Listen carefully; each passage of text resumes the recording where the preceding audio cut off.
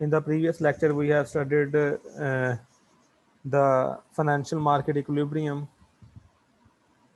Today, we are going to start the very next topic. As you have already studied this topic in the first course, Principles of Macroeconomics.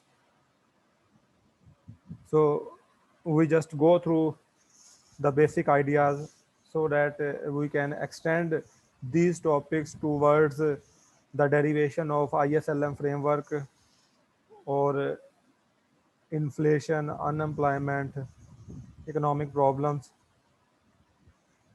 So today's topic is aggregate demand and aggregate supply. I'm going to share the screen.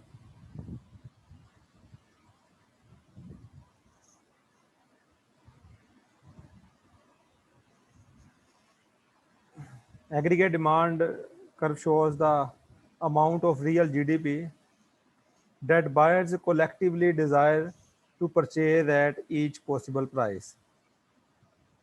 Basically aggregate demand curve जो है वो price level और real GDP demanded by the economy in दो variables के दरमियान relationship को show करता है and found the negative relationship or inverse relationship between these two variables. Higher price level is associated with the lower real GDP demanded, and lower price level is associated with the higher real GDP demanded by the economy.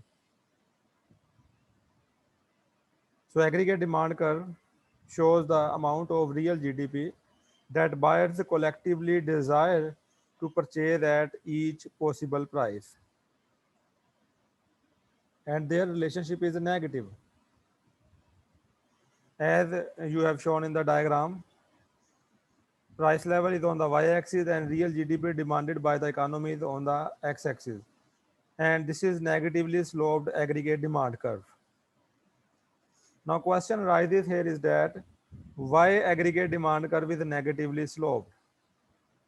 Obviously, it is different from the individual demand curve or market demand curve. Individual demand curve or market demand curve were studied in microeconomics.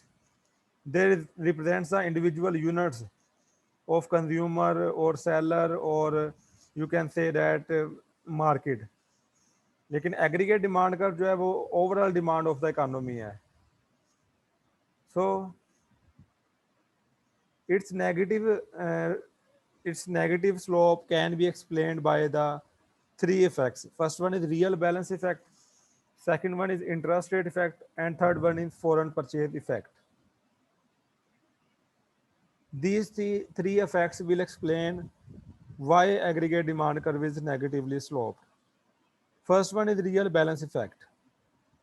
Here is how it works.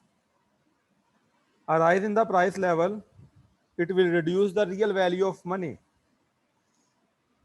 So your purchasing power will decline and public becomes poor in real terms.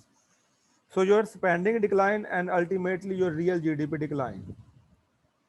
देखिए जब price level में इजाफा होता है मतलब एक commodity जो आपको कल 100 रुपीज़ की मिल रही थी आज वो आपको 200 रुपीज़ की मिल रही है. It means your value of money is decline.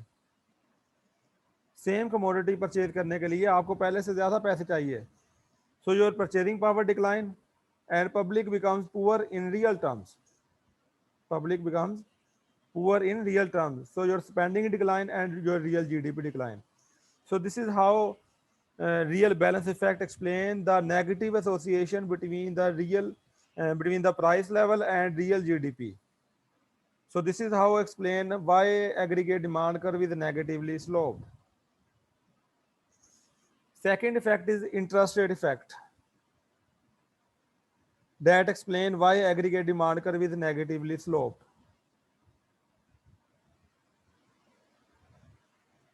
Here arise in the price level. So consumer and businesses needs more money to purchase goods and services. So demand for money increases. As a result of increase in money demand, interest rate will also increases. So investment will decline as a result of increase in interest rate. Investment decline, real GDP also decline. देखें price level बढ़ेगा तो जो consumer ने Asia खरीदनी है वो भी महंगी हो गई है, जो फर्म्स ने गुड्स एंड सर्विसेज परचेज करनी है वो भी महंगी हो गई। तो आपको ज़्यादा पैसे चाहिए होंगे same goods and services purchase करने के लिए। सो मनी डिमांड जो है वो इंक्रीज कर जाएगी। मनी डिमांड के इंक्रीज होने से इंटरेस्ट रेट इंक्रीज हो जाएगा। जैसे किसी कमोडिटी की जब डिमांड बढ़ती है तो उसकी प्राइस बढ़ जाती है, जब किसी फैक्टर की डिमांड बढ़ती है तो उसकी भी प्राइस बढ़ जाती है। इसी तरह जब मनी की डिमांड बढ़ेगी तो मनी की प्राइस बढ़ जाएगी, और मनी की प्राइस है इंटरेस्ट रेट।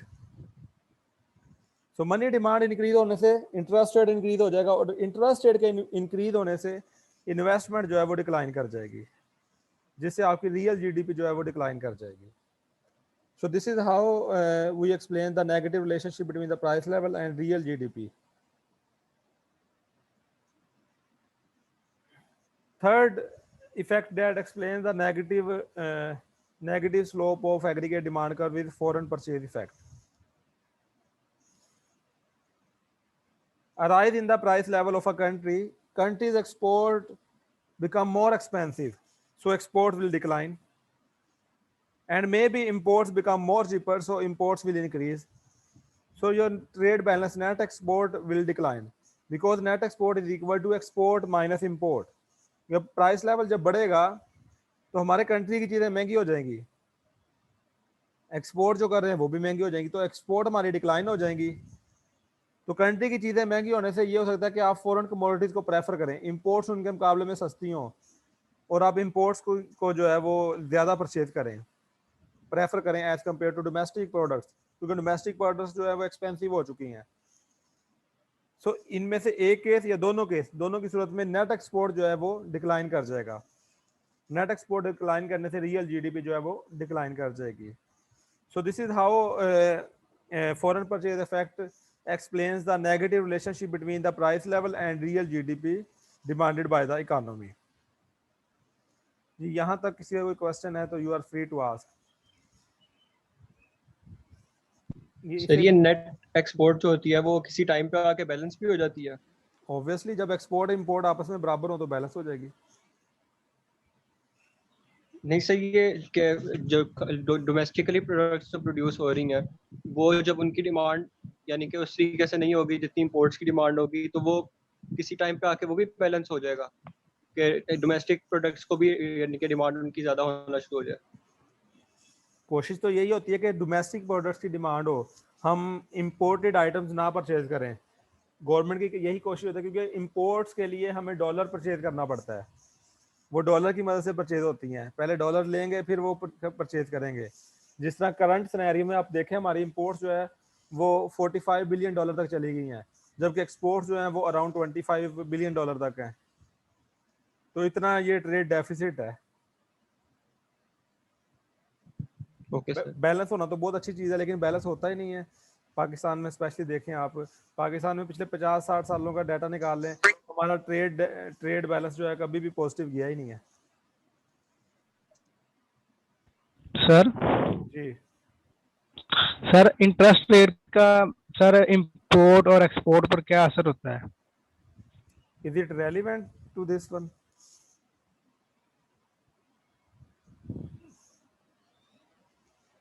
बताएं भाई। सर वो इंटरेस्ट रेट की सर बात हुई थी ना वो पहले, तो इसलिए नहीं, वो तो नहीं ना है कि वो अमेरिका में से किसी का कान पकड़ लो और कोई ये पाकिस्तानी पे लगा दें, तो ये लग तो जाएगा ही, फिट तो बैठ जाएगा। आप कहें कि इससे रेलिवेंट नहीं है, मैं फिर बताता हूँ। ऑब्वियसली इससे रेलिवेंट नहीं है, लेकिन मैं एक्सप्लेन करता हूँ आपकी बात को। बिल्कुल सर। इंटरेस्ट रेट का जो है वो आप कह रहे हैं इंपोर्ट एक्सपोर्ट पे क्या इफेक्ट होगा। देखें डिफरेंट इकोनॉमिक्स के वेरिएबल जितने भी हैं ये आपस में इंटरलिंक हैं, किसी ना किसी वे से एक दूसरे को अफेक्ट करते हैं। ये डिफरेंट वेज से इंटरेस्ट रेट जो है वो इसको इंपोर्ट एक्सपोर्ट को अफेक्ट कर सकता है। मैं वो सारे वेज एक्सप्लेन करना चाहता हूँ, एक या दो आपके सामने रखूँगा। इंटरेस्ट रेट कम होगा तो इन्वेस्टमेंट ज़्यादा होगी, जब इन्वेस्टमेंट ज़्यादा होगी हमारी प्रोडक्शन ज़्यादा होगी, and we are able to export goods and services. जैसे ये सीपैक के लिए पॉलिसी अडॉप्ट कर रहे हैं, ग्वादर पोर्ट बनाया गया है, वहाँ पे टैक्स फ्री जोन बनाई गई है, वहाँ पे इंटरेस्ट रेट कम इंटरेस्ट रेट पे लोन प्रोवाइड किए गए हैं ताकि इन्वेस्टमेंट में इजाफा हो, लोगों को रिटर्न ज़्यादा नजर आए, इन्वेस्टमेंट में इजाफा हो, ज़्यादा प्रोडक्शन हो, and we are able to increase our exports. ठीक है, ये तो हो गया एक्सपोर्ट्स। और दूसरा इंपोर्ट्स के भी इंटरेस्ट रेट कम हो, इन्वेस्टमेंट ज़्यादा हो। ठीक है, जैसे ऑटोमोबाइल कंपनी में अब इन्वेस्टमेंट ज़्यादा हो रही है ताकि हम डोमेस्टिकली प्रोड्यूस करें कार्स को, ऑटोमोबाइल्स को, rather than importing automobiles. Import ताकि हमारी कम हो और हम उनको खुद उनकी मैन्युफैक्चरिंग स्टार्ट करें ताकि हमारी इंपोर्ट्स को कंट्रोल किया जा सके। So this is how interest rate will affect import and export. On the other hand different, मैंने बताया कि thank you sir. Different way से अफेक्ट कर सकता है। ऑन द अदर हैंड आप देख सकते हैं कि अगर पाकिस्तान का इंटरेस्ट रेट ज़्यादा है, foreigners will deposit their money in Pakistani banks. अगर पाकिस्तान का interest rate foreign world market से ज़्यादा है, so foreigner will keep their money in Pakistani bank, so Pakistani currency will appreciate. उससे क्या होगा, पाकिस्तानी करेंसी एप्रिशिएट करेगी, और एप्रिशिएट करने के बाद वो कैसे इंपोर्ट एक्सपोर्ट को अफेक्ट करती है, यू नो बेटर। इसी तरह अगर पाकिस्तानी इंटरेस्ट रेट कम होगा as compare to world interest rate, तो फॉरेनर फिर पाकिस्तानी बैंक में पैसा नहीं रखेंगे बल्कि निकाल लेंगे। उस केस में पाकिस्तानी करेंसी डेप्रिशिएट करेगी। तो डिफरेंट वेरिएबल से डिफरेंट वे से इफेक्ट होता है। क्लियर है बेटा? Yes sir, thank you. ये जो हमने ये बड़ा ना बेटा इंटरेस्ट रेट इफेक्ट, शायद आपने इसकी वजह से पूछ लिया है। ये इंटरेस्ट रेट इफेक्ट यहाँ पे क्या एक्सप्लेन कर रहा है? यहाँ पे एक्सप्लेन कर रहा है negative association between the price level and real GDP. Why aggregate demand कर विद नेगेटिवली स्लोप, उसको एक्सप्लेन कर रहा है। जब प्राइस लेवल बढ़ता है तो हमें ज़्यादा पैसे चाहिए to purchase goods and services, तो मनी डिमांड बढ़ जाएगी। मनी डिमांड के बढ़ने से इंटरेस्ट रेट बढ़ जाएगा, इंटरेस्ट रेट के बढ़ने से इन्वेस्टमेंट डिक्लाइन हो जाएगी, and investment is one of the important determinant of real GDP, तो रियल जीडीपी डिक्लाइन कर जाएगी। So this is how interest rate effect explain why aggregate demand curve is negatively sloped. Clear है बेटा? जी sir.